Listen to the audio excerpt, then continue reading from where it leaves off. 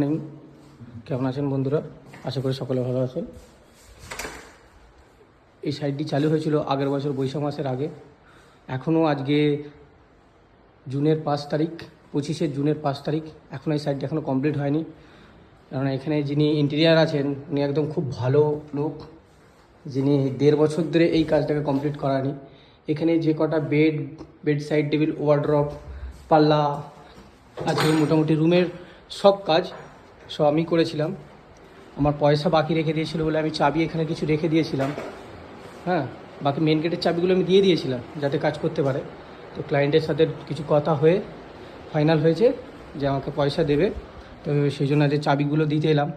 আপনাদের সাথে একটাই বলবো যে আপনারা যে ইন্টেরিয়ারের কাজ করুন বা যে কোনো লোকের কাজ করুন, একটু দেখে কাজ করবেন, যেন ভদ্র সভ্য হয় এবং এভাবে টাকা না লোকের মারে।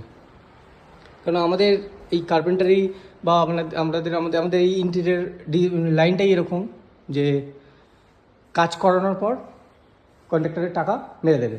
কিন্তু আমরা তো মিস্ত্রিদের বা আমাদের কাছে যারা কাজ করে তাদের তো আমরা তো পয়সা দিয়ে দিতে হয় তাদের, তা তো আর কেউ বাকি রাখে না। তো যেমন এই কিচেনটা, এই প্যানেলটা গোটাটা আমি করেছি। এই কিচেনের ভিতর পোর্শন স্ট্রাকচার আমি ঠুকেছিলাম, ডাব্বা করে নিই, এই ফাইনাল করে নিই, এইগুলো সব আমিই করেছিলাম। যাই হোক, কার্পেন্টার বন্ধুরা সচেতন হয়ে কাজ করবেন এবং চেষ্টা করবেন যে ভালো লোকের ভদ্রলোকের কাজ করুন। এবার সবথেকে প্রথম একটা এগ্রিমেন্ট করে নেবেন, করে নিয়ে ওনাকে সই করিয়ে দেবেন। তাহলে শেষে কি হয় না, এই জিনিসটা আর ঘটে না। আমি তো এনার নামে থানাতে কমপ্লেন করে দিয়েছিলাম, কমপ্লেন রিসিভ এটাও আমার কাছে আছে, যার জন্য আমার পয়সা দিতে উনি বাধ্য।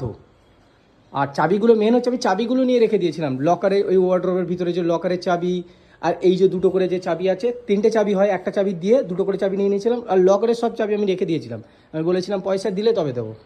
যাই হোক, আজকে দেখা যাক কতদূর কী হয়, ঠিক আছে? আর আমার কাজটি ভালো লাগলে লাইক করবেন, শেয়ার করবেন এবং সাবস্ক্রাইব করে নেবেন। ধন্যবাদ।